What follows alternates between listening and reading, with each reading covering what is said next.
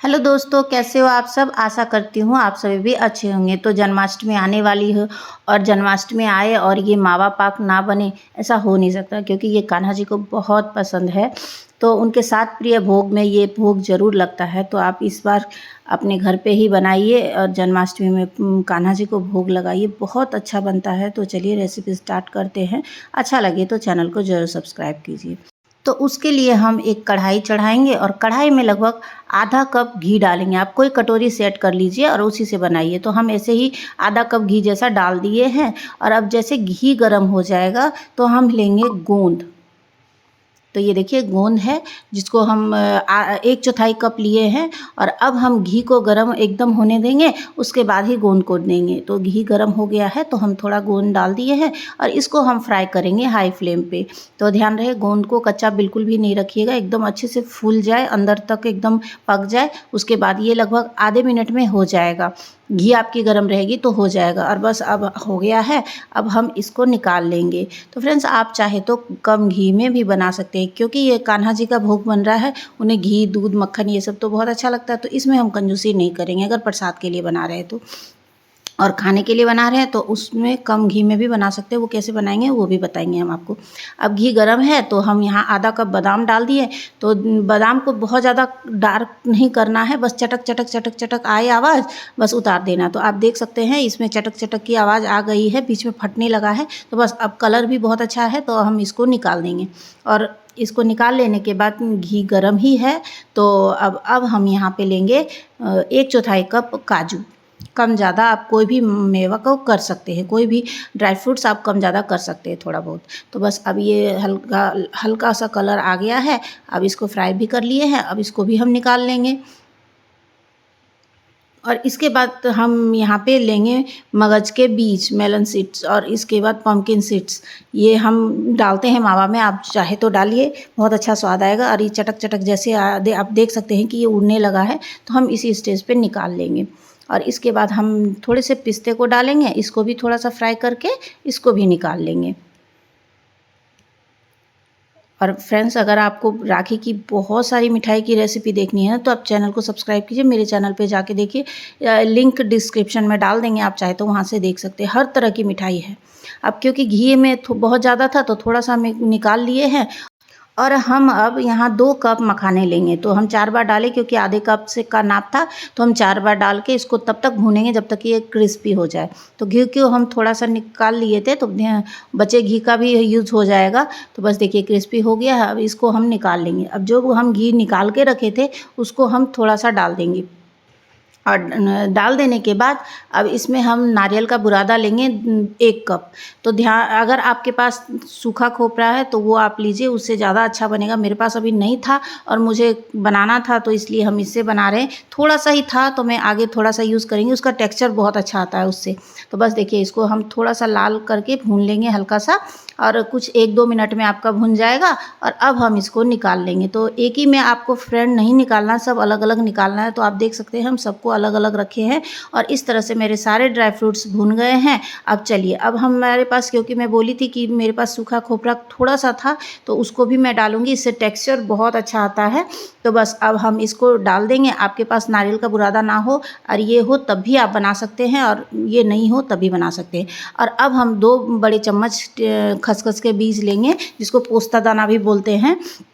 अब इसको हम भून लेंगे, बिना घी डाले इसको भून लेंगे। लगभग 1 से 2 मिनट में आपका भुन जाएगा। तो अब चलिए, अब हम लेंगे एक खलबट्टा। मिक्सी में बिल्कुल नहीं पीसिए, मिक्सी वाला टेक्सचर अच्छा नहीं आता है, वो फिर पाउडर जैसा या दरदरा जैसा हो जाता है। तो आप इस तरह से खलबट्टे लें और इस तरह से इसको क्रश कर दें, ताकि इसमें थोड़ा सा बाइट रहे।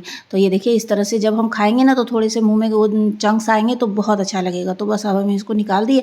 और ठीक उसी तरह से काजू, पिस्ता एक बार में फिर से डाल देंगे।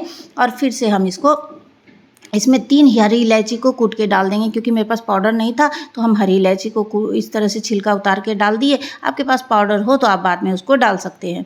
तो ये देखिए इस तरह से हम इसको पीस लिए हैं। अब इसी मिक्सचर को हम एक बर्तन में, उसी बर्तन में निकाल देंगे।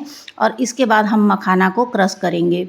तो फ्रेंड्स, अगर आप मिक्सी में चलाएंगे ना तो वो वो टेक्सचर नहीं आएगा, वो खाने में मज़ा नहीं आएगा। आप इस तरह से बाइट आएगा ना मुँह में तो बहुत ज़्यादा स्वादिष्ट बनेगा।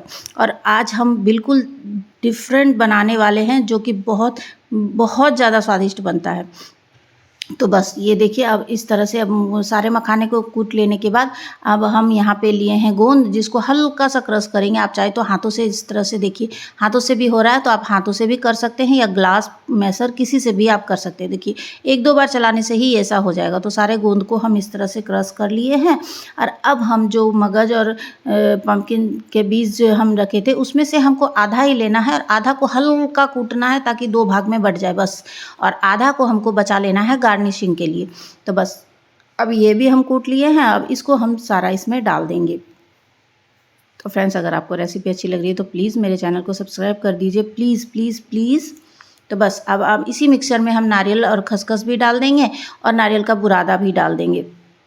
ये देखिए इसी तरह इसमें सब मिला देंगे। आप ये मिक्सचर को बना के रख सकते हैं, जब भी भगवान को भोग लगाना हो तो आप आराम से फटाफट चाशनी बना के आप बना दीजिए, तुरंत ही बन जाएगा। और बस ये देखिए इस तरह से इसको अब मिला लेंगे, और मिला लेने के बाद इसको हम साइड में रखेंगे। और चलिए अब हम आगे का प्रोसेस करेंगे। तो उसके लिए हम एक कढ़ाई चढ़ाएंगे गैस पे, और कढ़ाई में हम डाल देंगे 2 कप चीनी, और इसके बाद हम 1 कप पानी डाल देंगे। और पानी डालने के बाद इसको उबलने का वेट करेंगे, और जब ये उबल जाए तब तक हम एक दूसरी तैयारी करेंगे, इसको उबलने के लिए छोड़ देंगे। और अब हमको जिसमें जमाना है उस थाली हो या किसी चीज़ में, थाली में ही जमा लीजिए। अब बचे हुए उस कटोरी में थोड़ा सा घी था तो बस थाली में हम लगा लिए, यानी कि पूरा घी मेरा यूज़ हो गया है। अब आगे आप कम घी में कैसे बनाना है, तो आप फ्रेंड्स जितने ड्राई फ्रूट्स हैं सारे को एक ही बार में आप भून सकते हैं, बिल्कुल कम घी में, या बिना घी के भी भून सकते हैं। तो बस अब देखिए चाशनी को हमको तब तक ज़्यादा नहीं पकाना है, बस हल्का सा तार बने उतना ही पकाना है।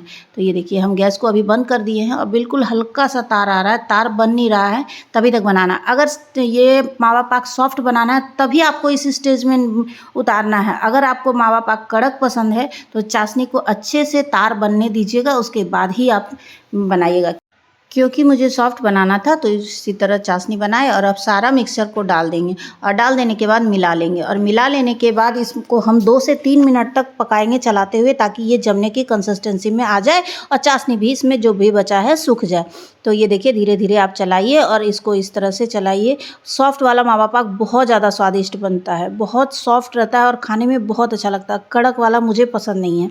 तो आप अगर कड़क बनाना चाहते हैं तो चाशनी को अच्छे से तार में उसको बनने दीजिए, तभी आप चाहे ये मिक्सचर डालिए और मिला के फटाफट आप निकाल लीजिए। तो ये देखिए पक गया है। अब चलिए अब हम एक उसी थाली में डाल देंगे जिसमें ग्रीस किए थे घी से, और बस इतने से में मेरा मतलब ये पूरी थाली बन गई थी, और थोड़ा और भी बन गया था, लगभग 1 केजी जैसा मावा पाक बन गया था।